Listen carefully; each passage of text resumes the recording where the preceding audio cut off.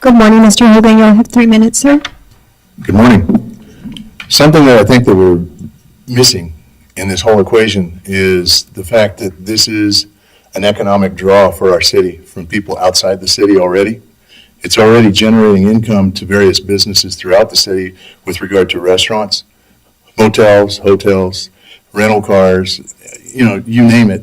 There's people that come here for hiking, for climbing, for mountain biking, all kinds of things. And our mountains are one of our most precious possessions.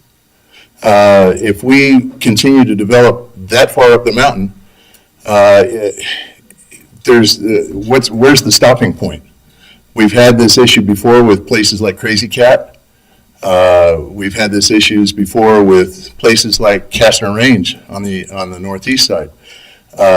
We really need to stop and sit back and figure out what we're willing to destroy for all of time that we already have in our possession that's valuable.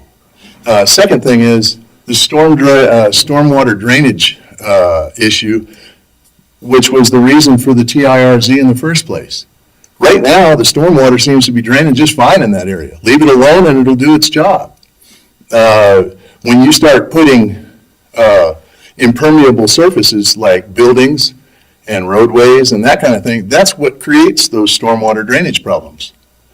Almost every place in this city that we're trying to fix something, it's because of something that we built prior to thinking about how to fix it in the first place. We really don't need to be spending this kind of effort on destroying a piece of something that we have that's valuable already. And we also need to think about what we're leaving our children and their children. We can't bring it back. Once it's gone, it's gone. The other thing is the amount of money that we're actually going to lose by creating a TIRZ for 36 years.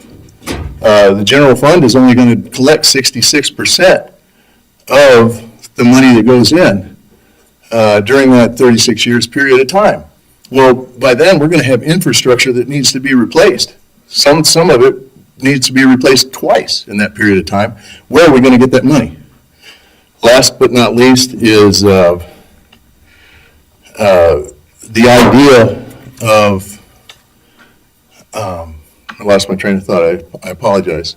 Last but not least is the idea that we are trying to shift the tax burden from the homeowner to industry and commerce.